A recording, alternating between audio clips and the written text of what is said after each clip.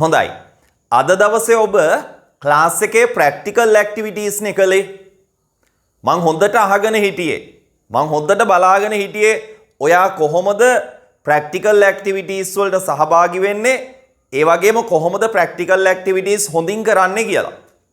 හැමෝම වගේ සහභාගී වුණා. ගොඩක් හොඳයි. I'm so proud of you. මට ගොඩක් සතුටුයි ඔබ ගැන ආඩම්බරයි. අන්න එහෙම ප්‍රැක්ටිකල් ඇක්ටිවිටීස් වලට ඔයා ජොයින් වෙන්න ඕන. කම්මැලි වෙන්න එපා.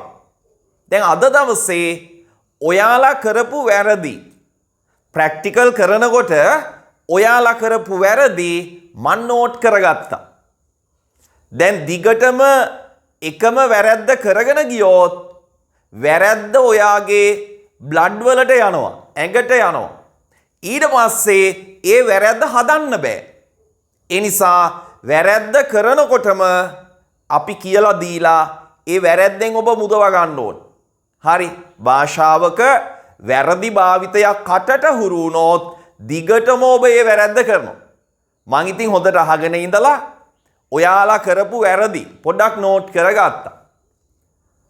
මට ඇහුණා එක්කෙනෙක් කියනවා after long time කියලා. ගොඩ කාලයකට පස්සේ අපි අර ඩයලොග් එකක් කරානේ නේද? ඩයලොග් එකක් කරානේ. එතකොට එක්කෙනෙක් කිව්වා after long time කියලා. වැරදි. after long time නෙවෙයි after a long time. ඔයාට දාන්න මග ඇරුණා a කියන ආටිකල් එක. after a long time. හොඳට මතක තියාගන්න එදිනෙදා කතා කරනකොට වැරදියට භාවිත කරන්න එපා. a දාන්න අමතක කරන්න එපා. හොඳයි. ඊළඟට ඔයා කරපු වැරද්ද තමා මෙන්න මේක. right. මේක ඔයා විතරක් නෙවෙයි මේ ටයි කෝඩ් දාලා කතා පවත්වන මහත්වරුත් වරද්දනවා. right. ඒ නිසා මේ ඔයා ඉගෙන ගන්න කෙනෙක්නේ. ඒ නිසා මේක ඔයාට වැරදුන එක සාමාන්‍ය දෙයක්. මොකක්ද ඒ වැරද්ද? දැන් නෝනා වරුණි මහත්වරුණි කියනකොට ඔයා කීවා මට ඇහුණා ඔයාලා කීවා මෙන්න මෙහෙම. ladies and gentlemen කීවා. ladies and gentlemen නෙවෙයි. හොඳට මතක තියාගන්න මහත්වරුනි කියලා නේ කියන්නේ. gentleman කියන්නේ මහත්තයා. right. මහත්වරුනි කියනකොට ladies and gentlemen. ladies and gentlemen. men නෙවෙයි men වෙන්න ඕන. right. දැන් මේවා වැරදියට හුරු වුණොත් එහෙම දිගටම වැරදියටමයි ඔයා භාවිත කරන්නේ. අන්න ඒ නිසායි සර් නෝට් එකක් දාගෙන ඔයාලගේ වැරදි මේ විදිහට කියලා දෙන්න. දැන් ඔයා විතරක් නෙමෙයි හොඳට ඉංග්‍රීසි දන්න අයත් ඔතන වරද්දනවා මම දැකලා තියෙනවා. දැන් ඔයා එහෙම කතාවක් පවත්වන්න යනකොට කවදාවත් මේ වැරද්ද කරන්න එපා. ladies and gentlemen. ladies and gentlemen. හොඳට මතක තියාගන්න. right. ඊගාවට මට ඇහුණා මෙන්න මෙහෙම. එක්කෙනෙක් කියනවා මේ ප්‍රැක්ටිකල් වලදී I have a long hair. මම පොඩ්ඩක් නෝට් කරගත්තා ඔයාලගේ වැරදි. I have a long hair කියන්න එපා. right. hair කියන්නේ uncountable noun එකක්. ගණන් කළ නොහැකි නාම පදයක්. ගණන් කළ නොහැකි නාම පද සමග අපි ගන්නෙ නැහැ. මට දිග කොණ්ඩයක් තියෙනවා. I have long hair. ඒ වගේම තමයි මගේ අම්මට දිග කොණ්ඩයක් තියෙනවා. My mother has long hair. දාන්න එපා. හොඳේ. දැන් a long hair කිව්වොත් අර දිග කෙස් ගහක් තියනවා වගේ අදහසක් එන්නේ. හරි. මට දිග එක කෙස් ගහක් තියෙනවා. අපි එහෙම කියන්නේ නැහැ නේ. right. ඒක මතක තියාගන්න. ඊගාවට මම දැක්ක වැරද්දක් මෙන්න මෙතන. one of භාවිතයේදී ගොඩක් අය වැරද්දුවා one of භාවිත කරන ආකාරය. දැන් ගොඩ දෙනෙක්ගෙන් එක්කෙනෙක් එහෙම නැත්නම් ගොඩක් දේවල් වලින් එකක් කියනකොට අපේ one of ගන්නවනේ නේද? මං කියලා දීලා තියෙන්නේ ඊට කලින්. one of ට පස්සේ භාවිත කරන noun එක plural වෙන්න ඕන. දැන් මම මෙහෙම කියනවා. කමල් මගේ යාළුවන්ගෙන් එක්කෙනෙක්. කමල් මගේ යාළුවන්ගෙන් එක්කෙනෙක්. යාළුවෝ ගොඩක් ඉන්නවා මට. කමල් යාළුවන්ගෙන් එක්කෙනෙක්. කොහොමද කියන්නේ? Kamal is one of my friends. one of my friend නෙවේ one of my friends වෙන්න ඕන. Kamal is one of my friends. Kamal is one of my friends. හොතට මතක තියාගන්න.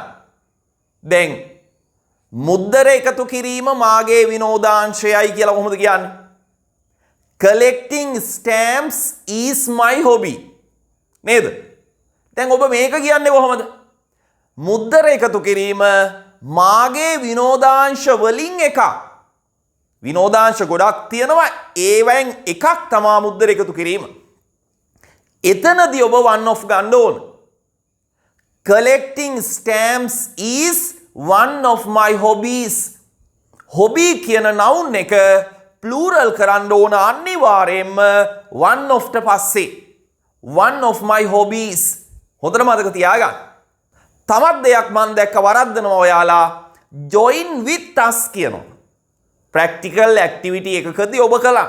join with us කියනවා. මතක තියාගන්න join එක with ගන්න අපි. join us. join us. අප සමග එකතු වෙන්න. එතන අර සිංහලෙන් සමග කියලා ගන්නනේ ඔයා with දාන්නේ නේ. ඉංග්‍රීසි භාෂාවේදී එහෙම කරන්න එපා. join us. අපි එක්ක එකතු වෙන්න. right? ඒ විදිහට කියන්න ඔබට පුළුවන්. ඊට පස්සේ තව වැරද්දුව තැනක් තියෙනවා මෙන්න මෙතන. right? I am agree with you කීවා. කවුරු හරි කෙනෙක් මට ඇහුණා කියනවා I am agree with you කියලා.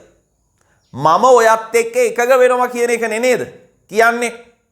දැන් I දැක්ක ගමන් am දාන්න එපා හැම තැනදීම. I දැක්ක ගමන් ඔයා am දානවා. එහෙම කරන්න එපා. am දාන අවස්ථාවක් තියෙනවා නැති අවස්ථාවක් තියෙනවා. දැන් agree කියන්නේ verb එකක් නේ. නේද? agree කියන්නේ verb එකක්. මම ඔයත් එක්ක එකග වෙනවා I agree with you.